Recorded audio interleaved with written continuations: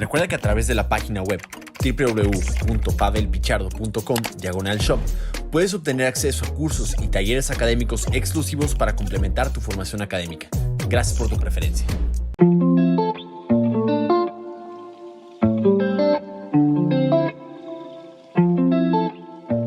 Hola, ¿qué tal? Bienvenidos a otra sesión más de clase de neurociencias Asumo. Vamos a seguir platicando en esta ocasión sobre síndromes de herniación cerebral y por qué son muy importantes.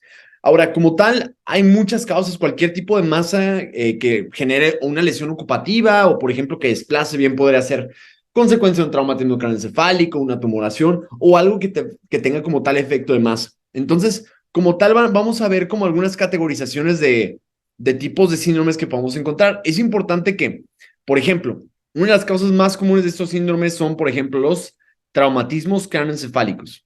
Entonces, los traumatismos craneoencefálicos, el tipo de síntoma más común pueden ir desde alteraciones de estado de alerta. Entonces, estado de alerta.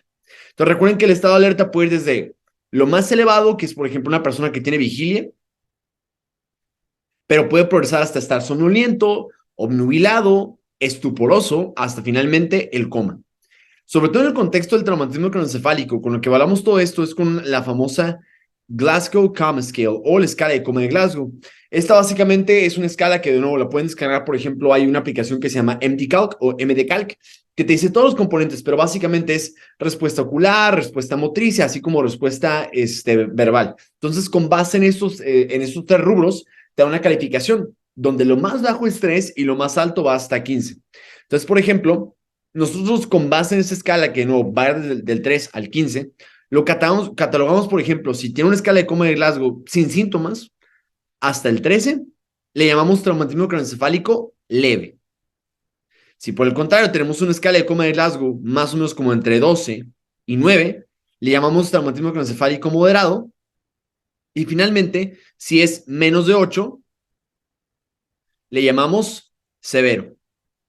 Y es importante mencionar como un pro tip que el traumatismo craneoencefálico severo también es una indicación por sí sola para intubación y soporte ventilatorio. Entonces, bueno, ya que platicamos todo eso, es importante que sepan entonces, los síntomas más comunes del traumatismo craneoencefálico pueden ir desde dolor de cabeza, obviamente, pero lo más importante es alteración del estado de alerta, que no les recuerdo que puede desde estar despierto, somnoliento, hasta lo más pesado que es el coma. ¿Cómo lo medimos como tal? Sobre todo cuando es causado por un traumatismo craneoencefálico, con la escala de coma de Glasgow, ¿no? Que no, esas son las tres diferentes categorías que pueden tener. Y bueno, es muy importante que sepan que el estudio de imagen de elección casi siempre por practicidad, porque esto siempre pasa en urgencias, por mucho es la tomografía axial computarizada o un ataque de cráneo, ¿sale? Y con eso básicamente evaluamos los aspectos más importantes como tal de un traumatismo. Ahora, vamos a hablar un poco de los síndromes de herniación y por qué es importante como tal diferenciarlos. Ahora, en contexto, de nuevo, recuerden que muchas cosas lo pueden originar, no solamente un traumatismo craneoencefálico, sino desde un tumor o un infarto que, por ejemplo, un infarto hemorrágico o inclusive un isquémico que te pueda generar mucho edema después de la necrosis. Así que, bueno, vamos a empezar a platicar algunos tipos de herniación y cuáles son las manifestaciones clínicas extras que puedan tener. Por mucho, uno de los más comunes, y no es que me atrevo a decir que el más común, es el síndrome de herniación uncal, que dice por acá, Uncal Transtentorial Herniation, que ahorita platicaremos. Quiero, básicamente recordemos que se le llama así porque si yo, por ejemplo, esta imagen que vemos por acá es una vista,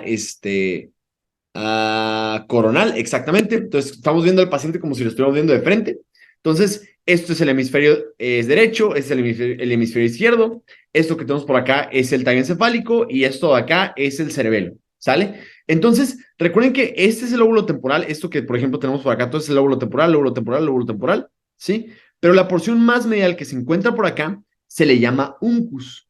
Entonces, la hernia uncal es cuando el uncus del temporal se pone o digamos, como que va hacia la línea media. Entonces, en el contexto de un traumatismo craneoencefálico, este es de lo más importante, o por ejemplo, están estudiando para exámenes de especialidad, el ENARM o el STEP. Esto, por ejemplo, lo categorizaríamos como la hernia más high yield de todas, porque, de nuevo, es algo muy importante que conozcan, ¿no? Y ahorita platicaremos un poquito más, ¿no?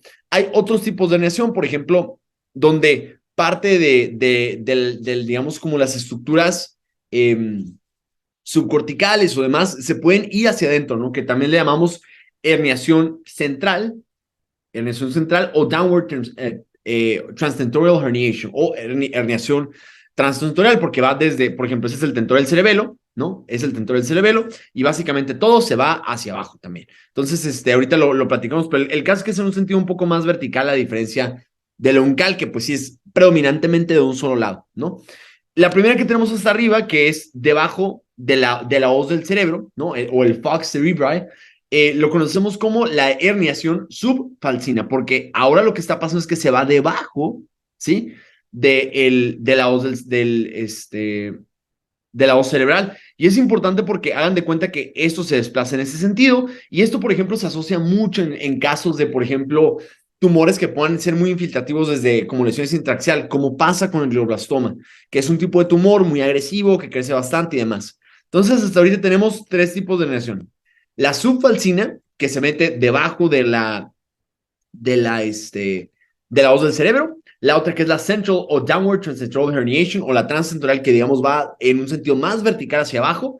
La uncal que es de un solo lado particular y finalmente cuando las amígdalas del cerebelo, que otra vez es una porción un poco más medial del cerebelo, se va hacia la línea central y lo desplaza a través del foramen magno, ¿no? Entonces, esa se le llama herniación cerebelar amigdalina. Entonces, básicamente, las amígdalas del cerebelo se ponen hacia la línea central, pero es importante porque con base en esto, la presentación clínica va a ser muy dependiente del tipo de herniación. Entonces, como tal, de cajón, todos los síndromes de herniación van a tener lo mismo, es decir, dolor de cabeza o alteración del estado de alerta. Eso es como lo de cajón. Sin embargo, hay pistas clínicas que tú puedes encontrar a la exploración que te van a dar, por ejemplo, como información muy importante. Entonces, vamos a empezar con la primera, que es la hernia subfalcina. De nuevo, esta no es la más común, sin embargo, se presenta relativamente común en contexto de una lesión muy infiltrativa, particularmente con el glioblastoma, ¿no? Que es este tipo de infiltrado que tiene como características similar a lo que es una mariposa. Entonces, por ejemplo, yo no sé si se acuerdan, pero esto que tenemos por acá es la corteza, ¿no? La corteza frontal, por ejemplo, suponiendo que estamos más o menos como a esa altura, es muy importante porque aquí se ve distribuido en la corteza motora primaria una cosa que es el homúnculo. El homúnculo es la forma en la que nosotros vemos representado nuestro cuerpo en la corteza cerebral. Por ejemplo, hasta acá abajo, por decir, se encuentra bueno, mejor, vamos a empezar desde arriba. Aquí se encuentran las piernas, ¿no? Aquí van a estar las piernitas, las patitas, acá esto digamos que es una patita. Por acá tiene mucha distribución motriz, por ejemplo, la boca, ¿sí? La boca, la mano, perdón, va al revés, ¿no? Primero la mano, luego la boca, que tiene la famosa forma de omega, la boca, mucho motricidad para la lengua. Y por acá, más o menos, mientras más vas bajando, digamos que son, por ejemplo, en el óvulo de la ínsula, por acá son mucho de las funciones como viscerales que se encuentran por allá en la ínsula. Pero básicamente, entonces, en resumen, las piernas arriba y el resto de extremidades superiores, el torso y el resto de tu cara abajo. Entonces, primera pregunta. Si nosotros nos encontramos en una herniación subfalcina, ¿qué parte de todo el homúnculo se ha afectado? Se ha afectado, por ejemplo, la lengua, la boca, la mano, o, por ejemplo, estamos aplastando esta parte donde se encuentran las piernas. Entonces, ¿cuál creen que sean las manifestaciones motrices que va a tener, por ejemplo, un paciente con una herniación subfalcina? Por ejemplo, Samuel, ¿cuál crees? Serían alteraciones en el movimiento de las piernas. Claro, entonces, lo Y importante es que se presenta también como esto, por ser una lesión de la primera parte de la vía piramidal, lo conocemos como Upper Motor Neuron Syndrome o síndrome de motor neuronal superior. O sea que básicamente te va a dar datos de motor neuronal superior. O sea, sí va a ser debilidad, pero va a ser una debilidad, bueno, imagínense que lo escribí bien, debilidad espástica, o sea que va a estar muy rígido, espástica. Como pasa, por ejemplo, con el EBC. Otra cosa es que vamos a tener hiperreflexia, que puede inclusive llegar hasta un mioclonus. Otra cosa es el famoso reflejo de navaja sevillana, reflejo de navaja sevillana. Y finalmente vamos a tener la presencia de Babinski, ¿no? Entonces, todas son manifestaciones de la subfalcinosis, que puede tener dolor de cabeza, alteración del estado de alerta y bien puede tener lesiones de motor superior, pero en extremidades superiores contralateral a la lesión. Y bueno, ese básicamente no está como muy complicado. Ahora, vamos a hablar de otra que, de nuevo, no es súper común, pero sí podrá pasar. Pero básicamente, todo esto se desplaza de manera central hacia abajo. Y obviamente la primera estructura que se ve comprometido es parte del tallo encefálico. Entonces, esto que genera, le conocemos como el Central Downward Transsacral Herniation, es de las más raras que van a encontrar. Estas, por ejemplo, esta y la herniation tonsilar de las amígdalas cerebrales, también no es muy común a menos que tengas un tumor infiltrativo, por ejemplo, un medulloblastoma o algo así, en un niño, por decir, pero no es súper común. Yo diría que los más importantes son o sea, definitivamente son la subfalcina, pero también la transcentural o la uncal que vamos a ver más adelante. Sin embargo, pues bueno, la vamos a explicar. Entonces, esta que es la transcentorial o la central, básicamente todo el tallo encefálico se va hacia abajo. Ahora es importante que recuerden que por acá, de nuevo lo voy a dibujar así muy rápido, ¿no? Pero por acá acuérdense que está el tronco brachiocefálico del lado derecho. ¿Dónde está el derecho? No, este es el izquierdo, entonces el derecho. Luego se divide en subclavia y carótida interna. Recuerden que la subclavia luego se lanza una arteria que es la arteria vertebral, de lo mismo del lado opuesto, ¿no? Aquí está la arteria subclavia, lanza una arteria que es la vertebral. Esta luego se combina en una basilar, ¿no? Y la basilar luego se encarga de irrigar parte de la protuberancia. Entonces, lo que pasa es que cuando hay un downward displacement, o sea que digamos como que las estructuras se van hacia abajo, las estructuras que sienten más la fuerza tensing son las arterias que vienen propiamente, las paramedianas pontinas, que van a encontrar, o sea, las arterias, básicamente la arteria basilar, se ven estrechadas y se pueden infartar. Y es muy importante esta parte porque dan de cuenta que pueden darte una lesión hasta acá y darte una cosa que lo conocemos como el locked-in syndrome o el síndrome del atrapamiento. En el aspecto de que, por ejemplo, todas las vías motrices y sensitivas que iban hacia abajo ya no se encuentran. Por ejemplo, ¿qué pares canales vemos a nivel del puente? Son, por ejemplo, el par canal número 5, el par canal número 6, que son para también el oculomotor externo. Ese es el trigémino, o sea, parte de la sensibilidad, la masticación. El sexto, que es para la abducción del ojo. También el séptimo, que es el facial, ¿no? Pero también todos los otros núcleos que iban hacia abajo, por ejemplo, que se encuentran en el bulbo, por ejemplo, la audición, ¿no? Que es el vestíbulo coclear, ¿no? El octavo par craneal. También tenemos por allá el noveno par craneal, que es el osofaringio, que por ejemplo le hablamos con el gag reflex, ¿no? Las arcadas, ¿no? O el décimo par craneal. Todos esos, digamos, como que se ven atrapados. Entonces, básicamente, lo único que tiene el paciente que puede hacer bien es, por ejemplo, el tercer par craneal y observar. O sea, parpadear, ver hacia arriba, hacia abajo, hacia el centro, parpadear y tan se acabó, porque moverte no puedes, hablar no puedes, porque recuerda que hablar es mover la lengua, que ahí se me olvidó el hipogloso, que también es para mover la lengua, expresarte. Por eso le llamamos el síndrome del atrapamiento o el locked-in syndrome. Básicamente es una enfermedad súper devastadora que la verdad está muy cañona. De hecho, hubo un paciente que escribió un libro que se llama, era The Diving Bell and the Butterfly, algo así, que básicamente como que ideó con parpadeos y viera hacia arriba y hacia abajo un abecedario. Y con base en eso hizo a ver, vamos a poner aquí, Locked in Syndrome Book, que es, The Diving Bell and the Butterfly. Entonces, se dan de cuenta que escribió un libro, este paciente que era el síndrome del atrapamiento, o sea que su cerebro funciona, piensa, entiende, bueno, la mayor parte de las cosas, ¿no? Sin embargo, no se puede comunicar con el exterior, no puede moverse, no puede hablar, solamente puede ir hacia arriba y hacia abajo. Entonces, esto, pues es la verdad extremadamente fatal. Y cuando se lesionan las ramas paramedianas basilares, ¿sí? De las arterias pontinas, lo conocemos como hemorragia de Duret, ¿no? Ese es el epónimo que le damos cuando se rompen esas arterias y te da básicamente el síndrome del atrapamiento, que usualmente pues es bastante letal. De nuevo, no es muy común, pero podría pasar, claro que sí podría pasar.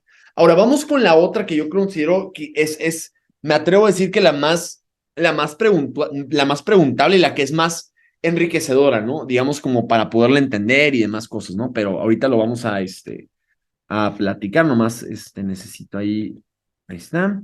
Y vamos a poner por acá el par canal número 12.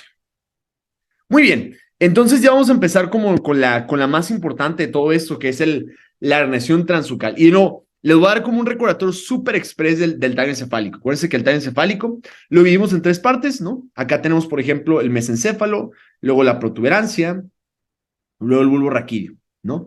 Y la regla es que, pues, la idea es que mientras más los padres craneales van descendiendo, ¿no? O sea, que el primerito que vas a encontrar son, por ejemplo, el 3 y el 4, ¿no? ¿Cuál es el 3? Les recuerdo que el 3 es el oculomotor común, el tercer par craneal, ¿no? Entonces, el tercer par craneal. Luego por acá da la vuelta desde atrás y se va hacia enfrente, pero bueno, por acá iría por atrás, por acá, y por acá encontraremos el cuarto par craneal. Luego tenemos el quinto par craneal, que es el trigémino, el sexto, el séptimo y parte del vestíbulo coclear. El octavo, pues realmente se encuentra un poco más en el bulbo, ¿no? Luego por acá tenemos el noveno, también tenemos el doceavo, ¿no? El 11 no, porque es un nervio accesorio espinal, que es, por ejemplo, para los trapecios, el esternocleidomastoideo, pero básicamente lo agrupamos así. Mesencéfalo, 3 y 4. La protuberancia, 5, que es el trigémino, 6, el glomotor externo, 7, que es el facial, y hasta abajo tenemos el vestíbulo coclear, el glosofaringio, el vago, también se olvidó ponerlo por ahí, disculpen, el vago, y finalmente, el par craneal hipogloso, que es para la motricidad de la lengua. Entonces, la herniación transuncal, de nuevo, estamos moviendo la porción más medial del lóbulo temporal. Ahora, pregunta para ti, Samuel. ¿Qué estructura estamos afectando con esto?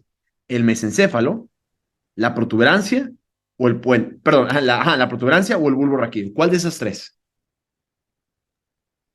¿Cuál crees? Pues yo diría que sería más como el mesencéfalo. Claro, exacto. Entonces, no te debe sorprender que las manifestaciones que vamos a tener son completamente enfocadas al mesencéfalo. Y bueno, la realidad es que nunca te va a afectar el cuarto, porque acuérdate que el cuarto viene desde atrás. Entonces, realmente el temporal pues se encuentra enfrente del mesencéfalo. Entonces, siendo muy honestos, el único par craneal que realmente te va a dar la clínica, o el más importante por lo menos, es el tercer par craneal. Entonces, vamos a platicar un poco del tercer par craneal.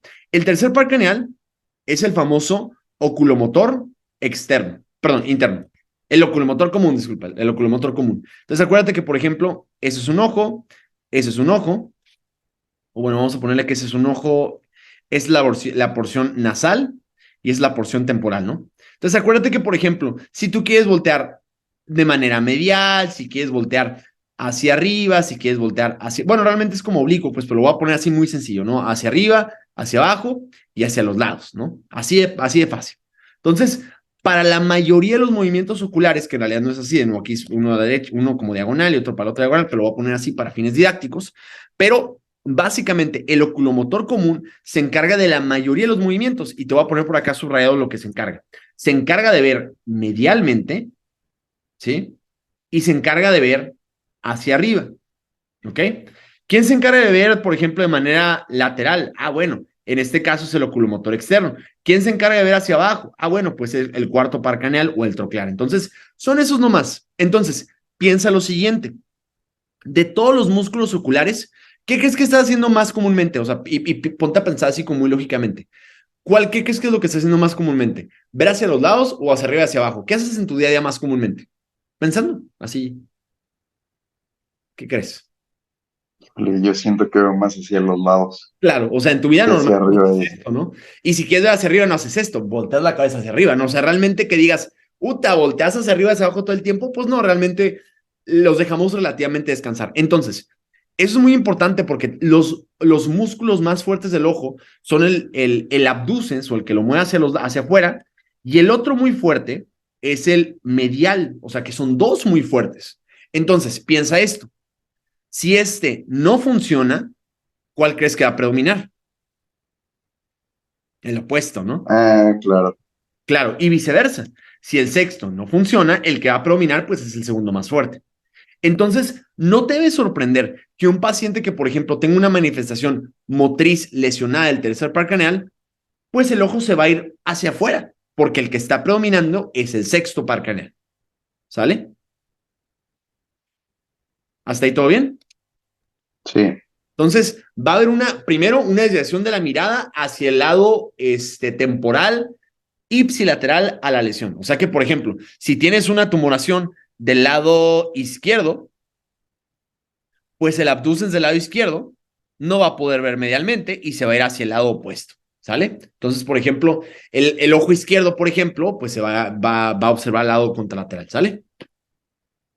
Y puedes pensar que están de cierta manera como viendo la lesión, inclusive, y podría tener cierto sentido, ¿sale? ¿Hasta ahí me sigues? Sí, Además, el tercer par canal recuerda que es de los pocos, junto con el 3, 7, 9 y 10, que son pares canales parasimpáticos. Es decir, que además de cumplir con su función motriz estriada, también además tienen otras funciones como tal. Otras funciones más importantes es que es un núcleo parasimpático, ¿no? Tiene un núcleo parasimpático conocido como el núcleo de Edinger-Westphal. Tienes que saberlo al chileno, no tienes que saberte el nombre, pero tienes que saber sí que es una función parasimpática. Y bueno, por ejemplo, si yo te pregunto, Samuel, eh, ¿cuál sistema autónomo es, por ejemplo, para correr, pelear, luchar, escapar, gritar? ¿Es simpático o parasimpático? simpático, Simpático. Y, por ejemplo, si te quieres dormir, parasimpático. el parasimpático, justo. Ahora, piensa esto también. Si tú quisieras, por ejemplo, estuvieras en un peligro, güey, te está correteando un lobo, güey, estás corriendo por tu vida y estás corriendo de noche, ¿quisieras que en el ojo entrara mucha luz para ver los obstáculos mientras corres o que entre poca luz? No, pues habría midriasis, o sea, Claro, para o sea, ver lo exacto. más Entonces, posible. normalmente con la actividad simpática ocupas que se dilate la pupila y viceversa. Si tú, por ejemplo, te quieres dormir, tú duermes, por ejemplo, con la luz prendida o apagada. No, apagada. Apagada, pues también el ojo dice, ¿sabes qué? Pues ya me voy a dormir, güey. Entonces lo que hace es que hace una miosis. Y entonces es como su forma de apagar la luz a los estímulos externos. Entonces, básicamente, una de las funciones más importantes del tercer par canal es que además de esto, es uno que provoca pues dormir, te ayuda para poder dormir. ¿Y cómo se duerme? En este caso con miosis. Ahora, lo mismo concepto. Si no funciona el parasimpático, no podrás hacer esto y se produce lo opuesto, que es que Midriasis. O una sea, si no para midriasis. hacer miosis, pues es de midriasis. Exacto, ¿no? Y no es porque el problema sea algo simpático, ¿no? Sino más bien es que predomina la otra actividad, porque siempre el cerebro es como un balance, ¿no? Si uno no funciona, el otro predomina, ¿sale? ¿Hasta ahí también? ¿Todo bien? Simón. Además de esto, tiene una última función que te va a ser muy relevante. Y es que también tiene el poder de elevar, no recuerdo si es el tarsal superior, si no, ahí me corrigen los comentarios, pero creo que es el tarsal superior, que básicamente lo que hace es que eleva también el párpado. Entonces, mismo concepto. Si no lo puedes elevar, lo que se genera es una ptosis, ¿sale? Entonces, también puedes tener una ptosis palpebral. Ptosis palpebral, palpebral. Y bueno, además de esto, algo que puede pasar es que, por ejemplo, tú tienes por ejemplo, la vía córtico-espinal que va por acá, ¿no? Entonces, por ejemplo, supón que acá tenemos el tumor, ¿no? O una masa, ¿no? Por ejemplo, un hematoma epidural o una subdural o un EBC, lo que tú quieras. Pero imagínate que por acá va la vía córtico-espinal, ¿no?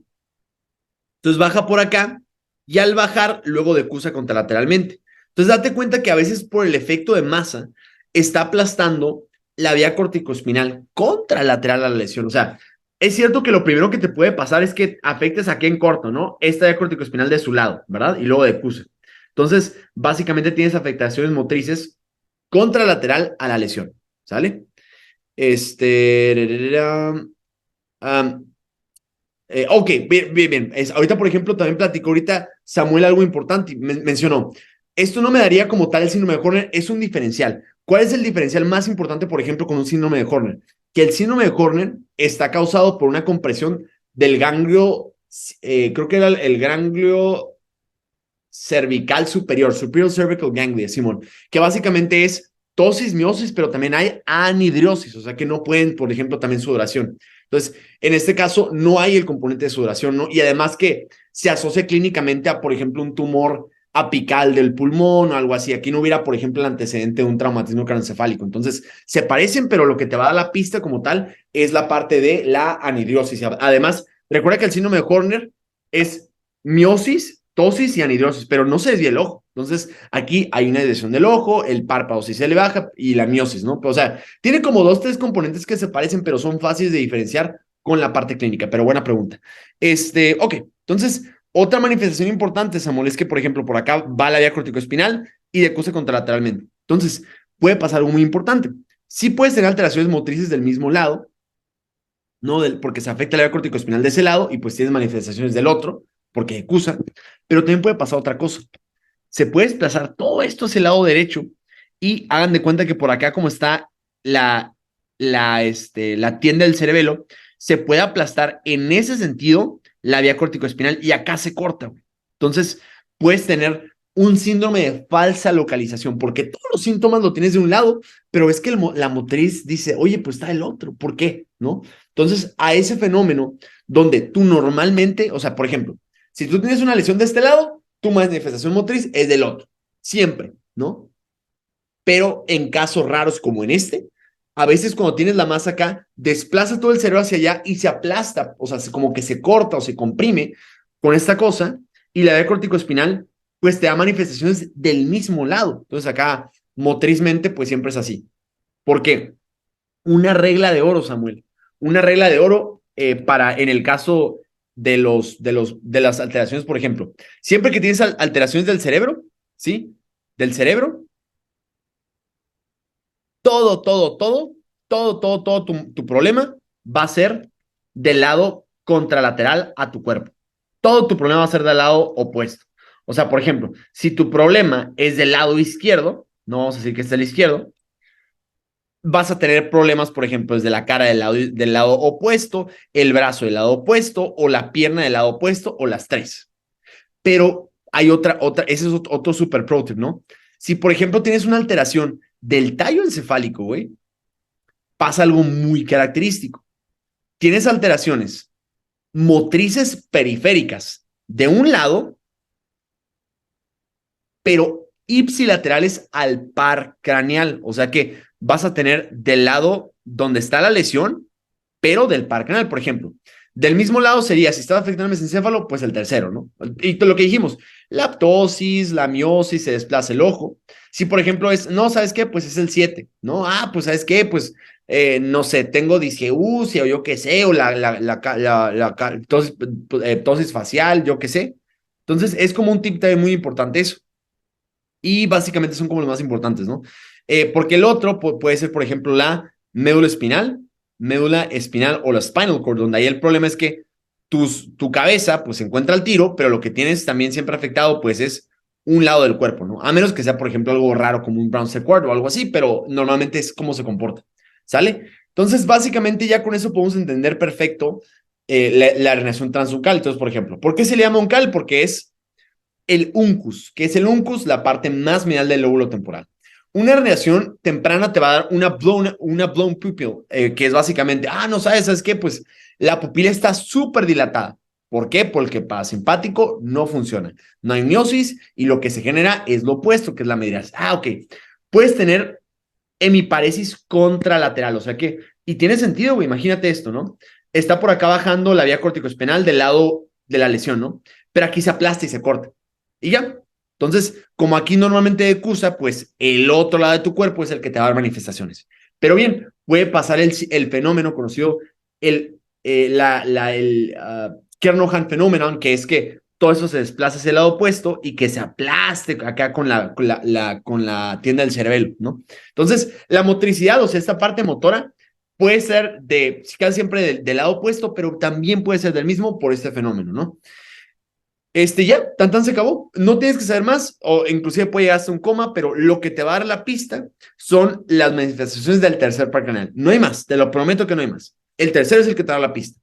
Y finalmente, la herniación cerebelar amigdalina, que básicamente, como es el que está más en corto, por ejemplo, por acá, ¿no? Que ves el tag encefálico, pues te aplasta, por ejemplo, los centros respiratorios, los centros cardiovasculares, y es rápido porque el problema con eso es que te puede dar rápidamente un coma, muerte, y pues estos básicamente al comprimir el tag encefálico son de los pocos que te pueden dar una muerte hasta súbita, inclusive porque te dan un paro respiratorio, es un problema, pues la verdad, son como los más agresivos. Sin embargo, Samuel, sí te voy a confesar, ¿no? Si te quieres aprender solamente una, o la más importante, o la más comúnmente preguntada, es esta.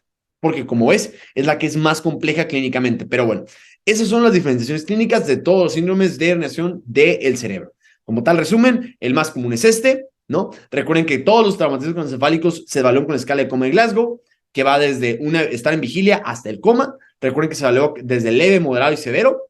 El test diagnóstico de elección es la tomografía axial computarizada sin contraste. Y pues básicamente el tipo de herniación es el que te va a dar la característica. La más importante, la más preguntada y la más común en los exámenes es la uncal o la transcentural, que te va a dar la clínica. Todo esto va a depender del tercer Praxis, ¿sale? Y bueno, ojalá les haya gustado mucho este corto video y nos vemos en el siguiente episodio. Gracias.